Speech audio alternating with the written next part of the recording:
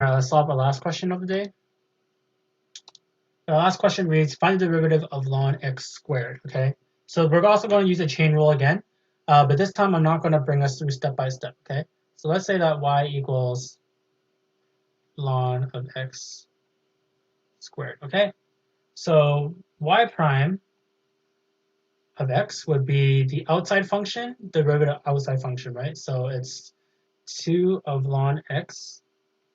Make sure you use your power rule. 2 minus 1 is just 1, right? And the derivative inside function. So we know the derivative of ln x is just 1 over x. And that equals 2 ln x over x.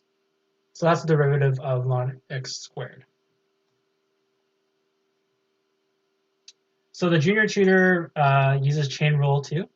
And they describe saying, when using chain rule, always start with the derivative of the whole, then get the derivative of the expression within the parentheses until there are no more variables within to differentiate. So this is technically a chain rule of a chain rule of a chain rule, because there's one function here, which is the ln x squared, then there's ln x, and then there's x within there, right? But since the derivative of x is 1, we didn't include 1 here, but this is a chain rule of a chain rule. So we want to do a chain rule of these first two functions and the chain rule of the two inside functions, okay? So chain rules can be infinite. They can have a function within a function within a function. And even though it's very boring to do that, they do exist, and they're very tedious to do. So this solution is correct.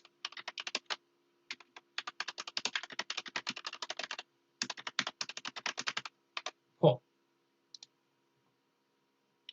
All right, so that wraps up today's lesson.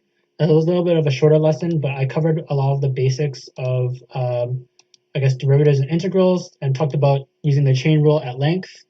So next time, if you have any questions surrounding calculus, please submit them through OneClass, and I'll see you guys later.